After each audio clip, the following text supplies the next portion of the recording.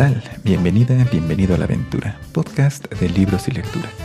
Yo soy Bosco, este es el episodio 262 y en esta ocasión hablaremos de Temporada de Huracanes, de Fernanda Melchor. Acompáñame para conocer de qué trata este libro, así como qué tiene de bueno y de malo. Comencemos.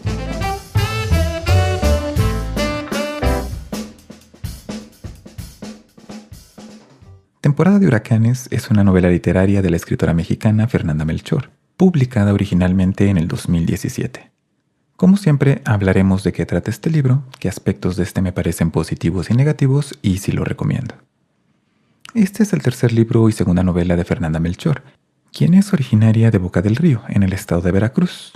Este es un estado de México en el que también se ambienta Temporada de Huracanes. La autora además es periodista y ha ganado varios premios internacionales por su obra literaria, entre ellos los premios Anna Seghers y el Premio Internacional de Literatura, ambos premios alemanes en el año 2019. Es considerada una de las escritoras mexicanas más prometedoras de los últimos años, en parte importante por su trabajo en Temporada de Huracanes. Ha contado que, para escribir esta novela, se inspiró en muchas de las cosas que presenció mientras crecía en Veracruz. Este es un estado enorme, tanto en territorio como en población, además de que tiene muchas diferencias socioeconómicas muy marcadas entre regiones y al interior de sus propias comunidades. Hay partes del estado que se benefician mucho de la explotación petrolera y del comercio en los puertos, mientras que otras se encuentran sumamente marginadas, ya sea porque se encuentran muy aisladas o porque en algún momento tuvieron industrias muy activas, pero que después dejaron de funcionar. Además, ha sido uno de los estados que ha sufrido por la violencia del crimen organizado desde hace ya muchos años. Fernanda Melchor también cuenta que, particularmente, se inspira en una noticia que leyó en el periódico sobre un asesinato que, esencialmente, es la premisa de Temporada de Huracanes. En un principio tenía la intención de hacer una crónica en forma de novela, como la que hizo Truman Capote en A Sangre Fría, un libro del que, por cierto, hablamos en el episodio 241 de A la Aventura. Pero se dio cuenta que eso no era un proyecto que fuera a rendir muchos frutos, por la dificultad de tener acceso a entrevistas con las personas involucradas en ese crimen, y por no tener ninguna garantía que incluso si lograba entrevistarlas, obtendría algo de información confiable. Y también porque la verdad es que era exponerse mucho debido a que tenía que viajar a regiones muy peligrosas del estado de Veracruz. Así que, en cambio, decidió ir por el camino de la ficción, aunque, como ya lo dijimos, con muchos elementos de la vida real. El resultado fue una novela muy bien recibida por la crítica, que incluso la colocó en la lista del periódico El País de los mejores libros de este siglo, así como por las lectoras y los lectores. Además, tuvo una adaptación al cine en el 2023, producida por Netflix y dirigida por la también mexicana Elia Miller. Esta película fue bien recibida por la crítica y ganó 3 de las 11 nominaciones que tuvo a los premios Ariel, el premio que otorga la Academia Mexicana de Artes y Ciencias Cinematográficas a lo mejor del cine. Y ya son suficientes preámbulos, así que es el momento de empezar a hablar de qué trata este libro. Con la advertencia de contenido de que este libro presenta mucha violencia, física, emocional y sexual, para que tengas eso en mente. Nuestra historia ocurre en el pueblo de La Matosa, un lugar recóndito en la región tropical de Veracruz. Ahí, unos niños han encontrado una bruja muerta en uno de los canales que están alrededor de los cañaverales. Su cadáver, ya descompuesto, se encontraba flotando entre el agua sucia, repleta de basura de estos canales. O mejor dicho, han encontrado una mujer del pueblo a la que todos llaman, al igual que a su madre, bruja. Desde pequeña, habían sido solo las dos, madre e hija, viviendo solas en una casa apartada del pueblo. Una casa muy grande para ellas dos, pero a la que solo entraban las mujeres de La Matosa para pedirle todo tipo de servicios a la bruja y a su hija. En otros tiempos, la bruja había estado enamorada de don Manolo, un hombre adinerado con gustos extravagantes que había heredado esa enorme casota. Claro, don Manolo ya había tenido una esposa decente y 2 hijos, ya grandes. Pero eso no impedía que don Manolo tuviera una relación con la bruja, esa mujer pobre y fea que vivía entre los cañaverales. Era una relación, en teoría secreta, pero que todos en La Matosa conocían. Y también, todos en La Matosa acusaban a la bruja de haber matado a don Manolo de un infarto, de haberlo envenenado de alguna manera para poder quedarse con esa casota, con sus tierras y con su dinero. Porque además, qué casualidad, el día del entierro de don Manolo sus hijos murieron en un accidente en la carretera. Desde entonces la bruja se encerró y no salió nunca más de su casa, y corrían rumores del pacto que había hecho con el diablo. A esto ayudaban las historias de criaturas espeluznantes que rondaban por esas tierras en las noches. Pero eso no impedía que las mujeres de la Matosa la siguieran consultando para pedirle favores a cambio de regalos. Fue en una de esas visitas que descubrieron que la bruja tenía una hija, a la que llamaron la Chica, porque nadie nunca la llamaba por su nombre, ni a ella ni a su madre. Y a la Chica, su madre ni siquiera la llamaba por su propio nombre. La Chica creció y comenzó a administrar los servicios que ofrecía su madre y a aprender su oficio. La gente del pueblo, por supuesto, decía que era hija del diablo, aunque había rumores turbios sobre cómo había sido concebida. Pero nadie estaba seguro de nada. Con los años, el estado mental de la bruja fue decayendo, volviéndose cada vez más inestable y huraña, al grado que clausuró todas las ventanas de su casa y apenas entraba la luz en ella. Finalmente, murió, y la Chica se convirtió ahora en la bruja, pues es la única que quedaba. Y desde la muerte de su madre nunca más se le vio con otra ropa que no fuera de luto, por completo de negro y con un velo cubriéndole su rostro. Además, heredó a la clientela de mujeres de la Matosa que recurrían a ella por sus servicios de brujería, en los cuales siempre confiaron. También de ella había rumores, algunos ciertos, otros no. Se decía que organizaba orgías en su casa, que le pagaba a los hombres para que estuvieran con ella, y que tenía escondido un tesoro, la herencia que le dejó su madre. Quizás fue por eso que la mataron. Así volvemos al presente, donde conocemos a Yesenia, quien acaba de encontrarse con su primo, quizás borracho o drogado, pero fuera de sí, como de costumbre. Yesenia detesta a su primo, por parecerse tanto a su tío que tantas penas le ha causado a su abuela. Ambos iguales, siempre metidos en problemas, pero la abuela desviviéndose por ellos, por ser los dos únicos hombres de la familia. Pero ahora ella tiene muchas otras cosas en que pensar y que hacer. Pero lo que no sabe ella y toda la Matosa es que están mucho más cerca del asesinato de la bruja de lo que se imaginan. ¿Será cierto que la bruja tenía poderes mágicos? ¿Por qué la habrán asesinado y qué tienen que ver los habitantes de la Matosa con su muerte? Todo eso lo descubrirás leyendo Temporada de Huracanes de Fernanda Melchor. Y ahora que sabemos de qué trata este libro, pasemos a hablar de por qué podría gustarte leerlo. Esta es una novela sorpresivamente compleja, aunque al principio suena que tiene una premisa muy sencilla y no es muy larga realmente. La primera razón de esto es que nos narra los eventos de la historia de una manera no lineal, a través de los recuerdos de sus distintos protagonistas, quienes reconstruyen sus recuerdos de manera aparentemente desordenada, pero que nos revela gradualmente quiénes son y qué han vivido. Es un poco similar a la técnica de corriente del pensamiento, usada por autores modernistas como Virginia Woolf, William Faulkner o James Joyce, aunque con un poco más de distancia. No estamos metidas y metidos por completo en las cabezas de los personajes.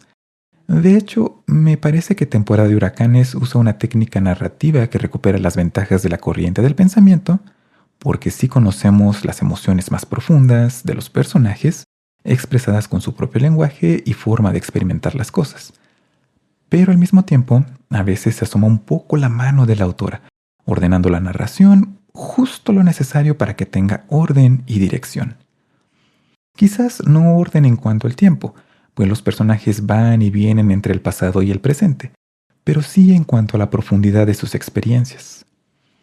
Cada capítulo es narrado desde el punto de vista de un personaje distinto. Al principio le conocemos de manera superficial, pero conforme avanzan las páginas y le acompañamos en su historia, se nos revelan aspectos muy profundos de su personalidad.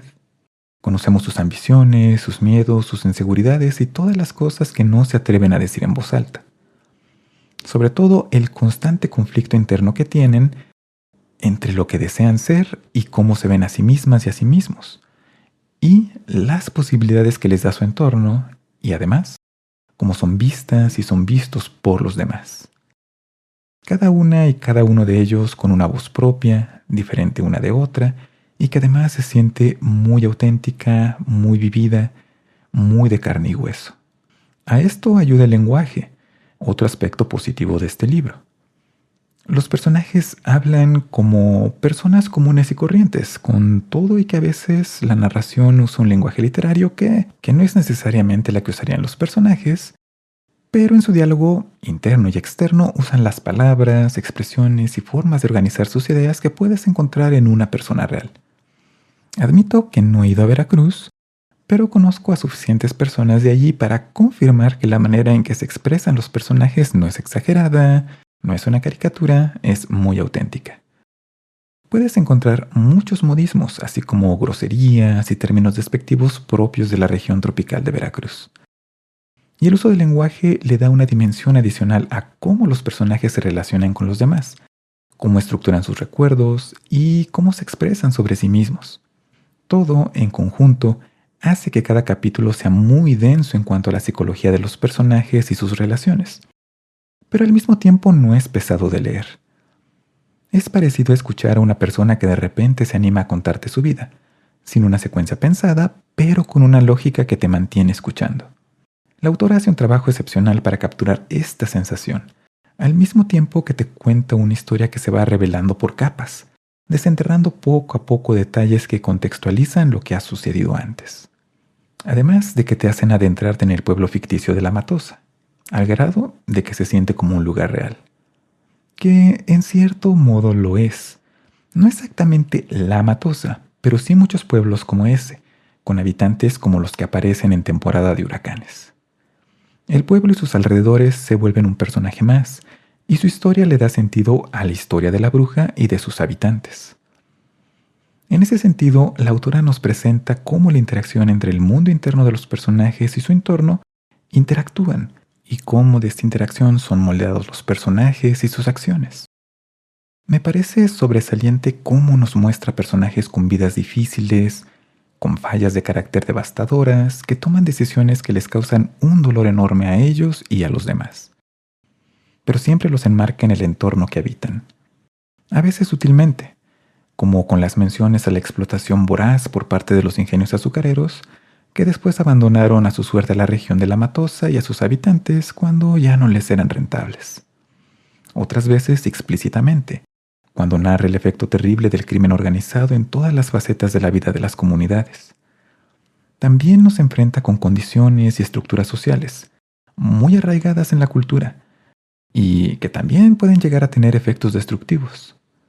A lo largo de la novela nos encontramos con una crítica muy dura al machismo, con el sello particular mexicano, claro está, y con esas concepciones de masculinidad que son opresivas y violentas para las mujeres, pero también para los propios hombres.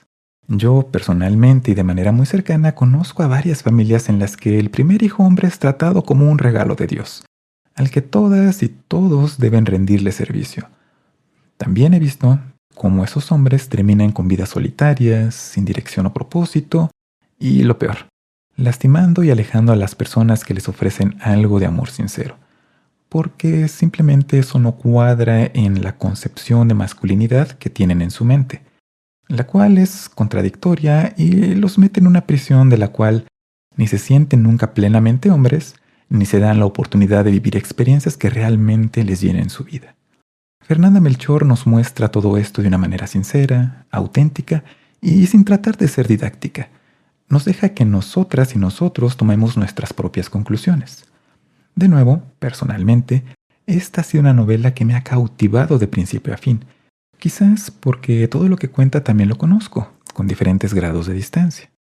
Soy de Michoacán, un estado de México que también ha sufrido los estragos del crimen organizado, pero sobre todo, porque habla sobre personas que he conocido de alguna manera. Y en el presente tengo la suerte de tener una situación económica estable, aunque no sea ideal en este preciso momento, pero también he vivido en la pobreza y sé lo que significa para las personas. Estoy sinceramente impresionado con la manera en que Fernanda Melchor ha puesto tanto y a tantas cosas en esta novela. Pero nada en la vida es perfecto, así que pasemos a hablar de por qué podría no gustarte este libro. Para empezar, es una novela cruda, donde abunda la violencia, ya lo dijimos, física, emocional y sexual. La violencia es explícita, frecuente y la historia que nos cuenta no puede existir sin ella. Es una historia sobre la violencia entre individuos y la violencia estructural presente en la sociedad en que viven. Además de que nos muestra todas sus consecuencias, sin escondernos nada. Así que tenlo en mente porque no es algo que puedas evitar al leer este libro. Como tampoco puedes evitar el lenguaje de los personajes, que está repleto de términos y expresiones ofensivas, principalmente dirigidas hacia las mujeres y hacia las personas homosexuales. Si no eres de México o no estás familiarizado con los modismos de Veracruz, algunas palabras quizás no las reconozcas como un término despectivo o peyorativo, pero están ahí y hay personajes que usan este lenguaje con toda la intención de ofender y de herir, lo cual es fiel a la realidad, pero es algo que también debes considerar. Y por último, tengo que mencionarlo. En México ya tenemos el estereotipo de que las historias mexicanas sobre nuestro propio país son de dos temas principalmente. Uno mucho más frecuente que el segundo. El primero, el lado violento, de las carencias económicas y de la marginación de México, en el que se habla de las personas que viven en la miseria o rodeadas del crimen, generalmente el narcotráfico, y frecuentemente todo a la vez. Se presenta de una manera tan cruda que incluso se le llega a llamar porno miseria.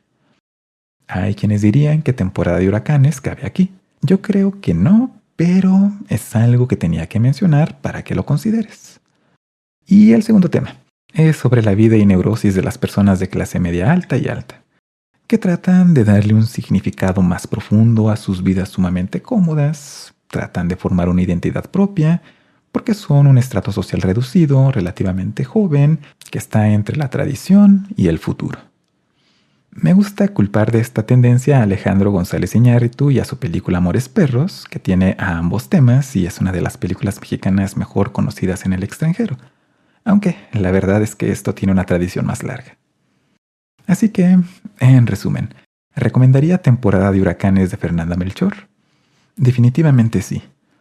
La autora ha tomado una premisa sencilla y la ha descompuesto en todas sus capas, ofreciéndonos una historia en la que exploramos la profundidad de la personalidad de sus protagonistas, el entorno en el que habitan, las estructuras que organizan sus formas de vida y cómo todos estos elementos interactúan entre sí.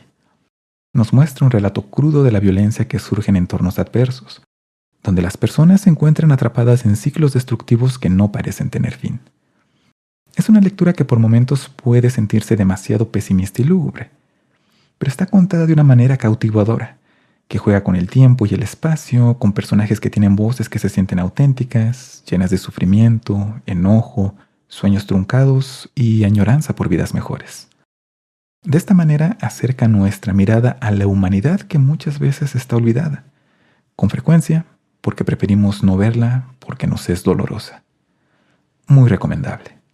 Esta fue la reseña del libro de este episodio, Temporada de huracanes de Fernanda Melchor. Ahora pasemos a los anuncios y saludos. Ya sabes, muchas gracias por escuchar este podcast. Podrías estar haciendo cualquier otra cosa y has decidido escucharme. Eso siempre lo voy a apreciar. En este episodio platicamos de un libro que me ha gustado muchísimo y además fue escrito por una autora mexicana bastante joven. Ojalá que siga escribiendo muchas cosas interesantes por mucho tiempo más. Lo que sea que escriba, ya me da curiosidad conocerlo. Y tenemos algunos saludos. Hay saludos para Israel Araujo, para Eduardo Meneses, hasta Tlaxcala, para Elena Bustamante, para Manuel Osornio, para La Paz 2019.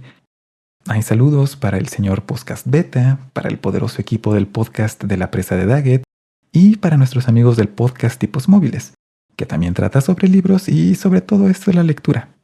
De nuevo, te lo recomiendo mucho. También hay saludos para Alan Cabello, no Canelo, Cabello. Saludos también para Joel Rodríguez, para Luis Eduardo Monsalvo, para Ruth Clandestina y para Alexandra Valdés. Qué bueno que pudiste encontrar nuevamente este podcast. Además, varias y varios de ustedes hablaron muy bien de Temporada de huracanes y vaya que tenían razón. Ha sido una lectura muy grata. No grata en que me dejó con una sonrisa y muy contento, pero grata en cuanto me hizo sentir emociones muy intensas. Y en los anuncios, para el miniclub de lectura de A la Aventura. Después de mucho reflexionarlo, pensé en que podríamos leer una obra mexicana, una muy clásica, Pedro Páramo de Juan Rulfo. Puedes comenzar a leer el libro de una vez para que tengas un poco más de 3 semanas para terminarlo. Ya después publicaré más detalles sobre cómo vamos a llevar esto del mini club de lectura para ver si funciona a través de las redes sociales de A la Aventura. Y naturalmente estas las encuentras en las notas de este episodio, pero también en alaventura.net. Ahí están las ligas a Facebook, a X y a Instagram, que son las redes que principalmente usamos. El sitio también te da la opción de que dejes ahí mismo comentarios y está un correo electrónico en el que también puedes enviar tus recomendaciones, pedir saludos y, por supuesto, hacer preguntas. Todo eso está en alaventura.net, además de los ya conocidos enlaces para que te suscribas al podcast en Spotify, Apple Podcast, Amazon Music y en cualquier otro lugar donde escuches podcast. Dicho esto, es momento de pasar a la segunda parte del episodio, platicando un poquito más sobre los temas de temporada de huracanes de Fernanda Melchor, tal vez con algún que otro spoiler, así que escucha sabiendo que puede arruinarte alguna que otra sorpresa de esta novela. Este es un libro que aborda varios temas que dan para mucha discusión y análisis, pero quiero enfocarme en uno que me llamó mucho la atención relacionado con la identidad personal. Todos los personajes que protagonizan los capítulos de la historia tienen un conflicto entre la imagen que tienen de sí mismos y de sí mismas y de lo que desean ser, con la forma en que son percibidos o incluso moldeados por los demás. Esta presión exterior impide que puedan formar una identidad propia, una identidad plena con la que se sientan cómodas y se sientan satisfechas y satisfechos. En cambio, se ven forzados a actuar y presentarse ante los demás de maneras que, en el mejor de los casos, les incomodan y en el peor de todos, los hacen profundamente infelices. El caso más evidente es la bruja, que al avanzar la historia descubrimos que ese es su oficio y su apodo, porque en realidad es un hombre homosexual. Nosotras y nosotros sabemos que desde su infancia era tratada y presentada como mujer por su madre y las personas del pueblo también la trataban de la misma manera. También sabemos que era el objeto de abuso y rechazo constante por parte de su madre, el cual al principio podemos creer que simplemente por el estado mental en deterioro de la madre de la bruja, pero también conforme avanzamos en la historia conocemos más y es fácil intuir que su maltrato tenía que ver con el género de su hija o de su hijo, y probablemente más tarde con su orientación sexual. Notarás que a mí mismo me cuesta un poco de trabajo poder hacer esta distinción, ver dónde están los límites entre cómo se identificaba este personaje, cómo se veía a sí mismo o a sí misma, y cómo le veían las demás. Así que, en general, lo más probable es que veas que me refiero a la bruja en femenino, un poco por la inercia del artículo y del adjetivo, que es además el sustantivo que le da nombre. Pero eso creo que también es algo muy interesante que explora la autora en este libro, esta fluidez del género, de que realmente es, aunque a mucha gente no le gusta esta expresión, pero es así como se trabaja de manera formal, una construcción social. El género no es algo determinado desde el nacimiento, sino que se va construyendo. Y en situaciones como las que vive la bruja, esta construcción es muy complicada. Pero, además, la bruja no se encuentra en la posibilidad de expresar su propia identidad de una manera plena.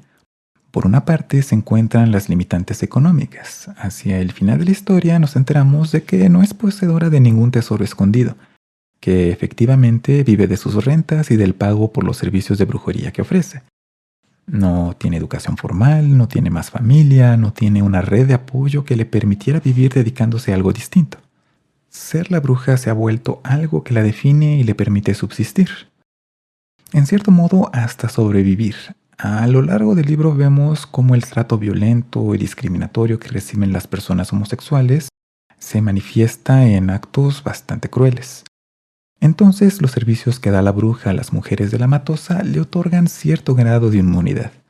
Aunque no es particularmente bienvenida en la comunidad, sí es vista como necesaria. También es evidente que todo lo anterior ha contribuido para que se aísle y que su salud mental sea poco estable. Esto último, por supuesto, pone más barreras para que pueda sentirse cómoda o cómodo con su identidad. Las fiestas que realiza en su casa, en las que también es evidente que se gasta la mayor parte de sus ingresos, son el único espacio en el que puede revelarse al mundo tal como se percibe a sí misma o a sí mismo, con la identidad que ha decidido. Y creo que también es una forma de protegerse, al ofrecer ese mismo espacio para que otros también puedan expresarse, sin inhibiciones y lejos de la mirada de la comunidad, aunque todos saben dónde están. Es una especie de santuario. Aunque la existencia de este espacio es una de las cosas que detonan y ponen en marcha los eventos que llevan a su asesinato.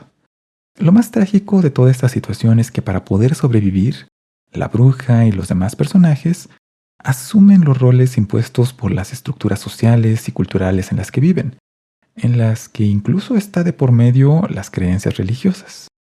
Estas estructuras les dicen qué es lo que está permitido y qué no lo está, con frecuencia poniendo reglas arbitrarias y contradictorias, como es el caso de cómo debe ser un hombre y una mujer.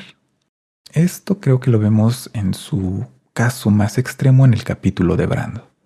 Entonces, todo esto hace que los personajes se sientan aún peor con su propia situación, que a su vez los lleva a conductas autodestructivas en busca de alguna forma de satisfacción. Y estas conductas empeoran su situación y es una espiral para la que no parece haber alguna salida, a menos que interviniera algún agente externo.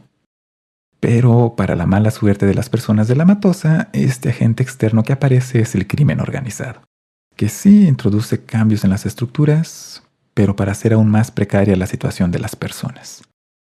Por eso digo que este es un libro pesimista, porque hasta los personajes que actúan en respuesta a la violencia de la que son víctimas, tratando de escapar y de buscar una vida mejor, terminan de una manera u otra sumidas y sumidos en esta espiral. Al intentar escapar de ahí, terminan cayendo en lugares incluso peores. ¿Podemos hacer algo al respecto? No lo sé. Pero la autora nos muestra que estas formas de vida no surgen de la nada. No es nada más porque las personas de un día para otro deciden ser malas o porque así nacieron, sino son el producto de muchos factores en interacción. Y por ello, no hay soluciones fáciles para que estas situaciones desaparezcan y, por supuesto, no van a dejar de existir si simplemente tratamos de ignorarlas. Pero esta es solo mi interpretación. ¿Tú qué piensas? Con esto llegamos al final de este episodio. Mientras nos encontramos de nuevo, cuídate, cuida de las personas cerca de ti, no olvides que eres una persona sumamente especial, no importa lo que nadie diga, y nos vemos en la próxima.